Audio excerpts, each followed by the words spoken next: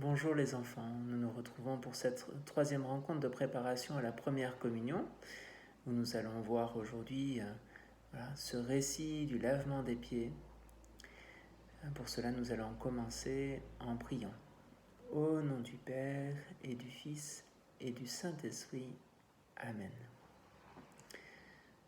Seigneur, nous te remercions pour cette journée que nous vivons en famille ou avec les copains à l'école. Garde-nous, bénis-nous. En cette fin d'année, nous découvrons combien Jésus a aimé ceux qu'il a rencontrés. Il vient à notre rencontre aujourd'hui et nous fait comprendre qu'il nous aime et que nous pouvons aimer à notre tour comme des disciples. Alors je vais vous inviter à dire ensemble cette petite prière qui va apparaître.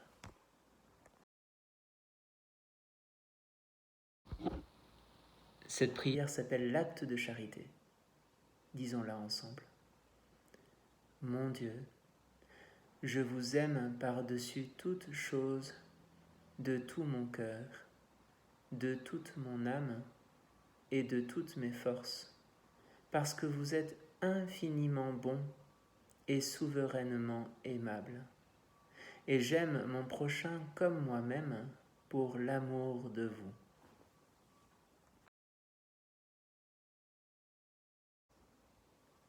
Vierge Marie, maintenant nous nous remettons entre tes mains aussi, toi qui as été à côté de Jésus, qui est tout amour, qui l'a accompagné. Lui-même nous accompagne aujourd'hui. Je vous salue Marie, pleine de grâce. Le Seigneur est avec vous. Vous êtes bénie entre toutes les femmes, et Jésus, le fruit de vos entrailles, est béni. Sainte Marie, Mère de Dieu, priez pour nous pauvres pécheurs, maintenant et à l'heure de notre mort. Amen. Au nom du Père, du Fils, Saint-Esprit. Amen.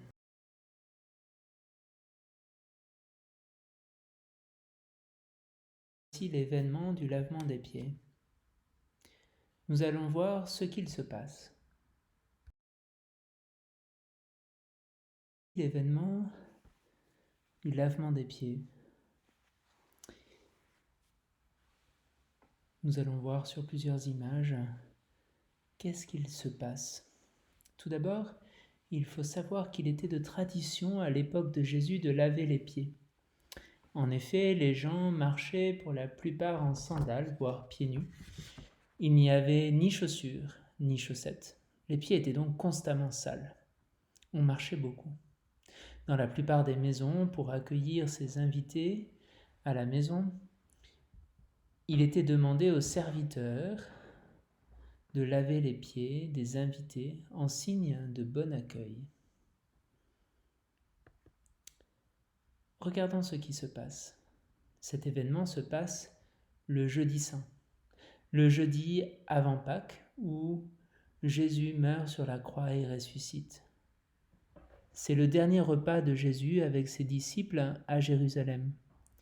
Nous voyons sur cette représentation Jésus et les disciples, dont un sur la droite, ici représenté, n'a pas d'auréole en or. C'est Judas qui va livrer Jésus à la mort. Jésus vient d'annoncer qu'il allait être arrêté et qu'il allait mourir. Alors que tout s'était installé alors à table comme ici, il s'est levé. Il a mis un tablier, comme nous le voyons ici. Il a pris la bassine d'eau et une serviette. Il a dit « Je vais vous laver les pieds ». Ils ont tous fait les yeux ronds.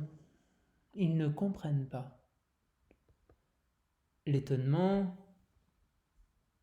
de chacun n'était pas de laver les pieds. On faisait ça souvent, comme je le disais au début, puisqu'on mangeait ou couchait.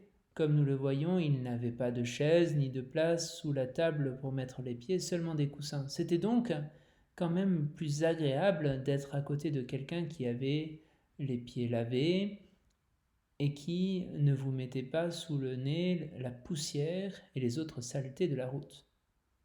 Non. L'étonnement était que Jésus se charge de cette tâche, de ce travail, à la place de ses serviteurs. Alors qu'il arrive au pied d'un des disciples les plus importants, Pierre, ce dernier refuse. Il dit « Non, Seigneur, non, je ne peux pas accepter que toi, mon maître, tu me laves les pieds. » Et Jésus lui répond « Mon cher Pierre, si je ne te lave pas les pieds, je suis désolé, tu n'iras pas au paradis avec moi. Il faut que tu acceptes mon amour. » Alors là, Pierre ne savait plus quoi dire. Lui qui voulait toujours être le premier à rendre service à Jésus, à le défendre, à lui obéir, à trouver ce qui lui ferait plaisir. Le fait de savoir qu'il pouvait être séparé de lui, de Jésus, suite à son annonce de son arrestation et maintenant de cet abaissement à être un simple serviteur, c'était juste impossible. Pierre dit alors, « Je suis d'accord pour que tu me laves les pieds, mais aussi les mains et la tête alors. » Il en voulait beaucoup trop, mais il accepte quand même l'amour de Jésus. Après ça, Jésus a fait le tour de tous les disciples pour leur laver les pieds à chacun.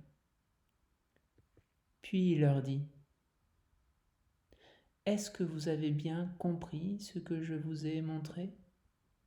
Si vous faites ce que je vous ai dit pendant les 3 années que vous m'avez suivi, vous ne jouerez jamais au chef sur les autres pour les écraser et pour vous servir d'eux. Au contraire, vous leur rendrez service et vous les aimerez. Vous ferez attention à eux et vous leur ferez du bien. » Jésus explique aux disciples, avant le dernier repas, qu'il faut être au service les uns des autres. Comme vous vous préparez à faire votre communion, il faut que vous acceptiez cette mission aussi, à la suite de Jésus.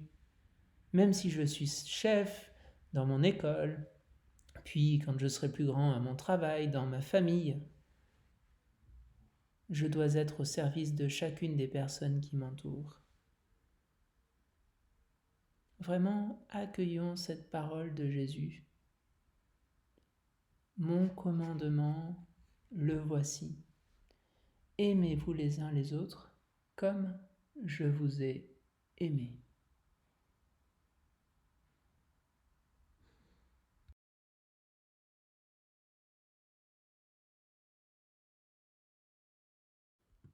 Avant la fête de la Pâque, Jésus sait que l'heure est venue pour lui de quitter ce monde pour aller auprès du Père.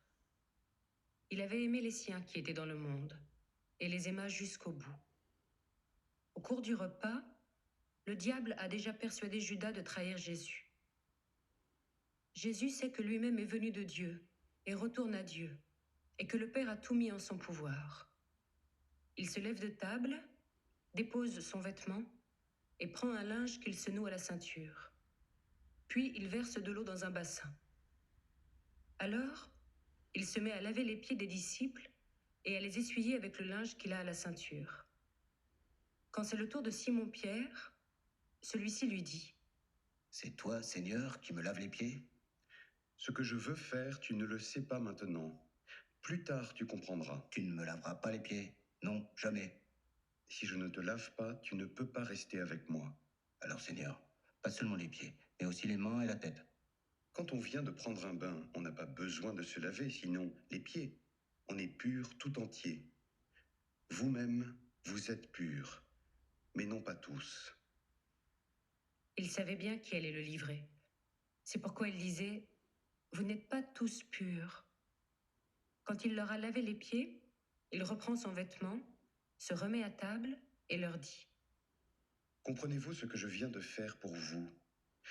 Vous m'appelez maître et seigneur, et vous avez raison, car vraiment je le suis. Si donc, moi, le Seigneur et le Maître, je vous lave les pieds, vous aussi, vous devez vous laver les pieds les uns aux autres. C'est un exemple que je vous ai donné afin que vous fassiez, vous aussi, comme j'ai fait pour vous.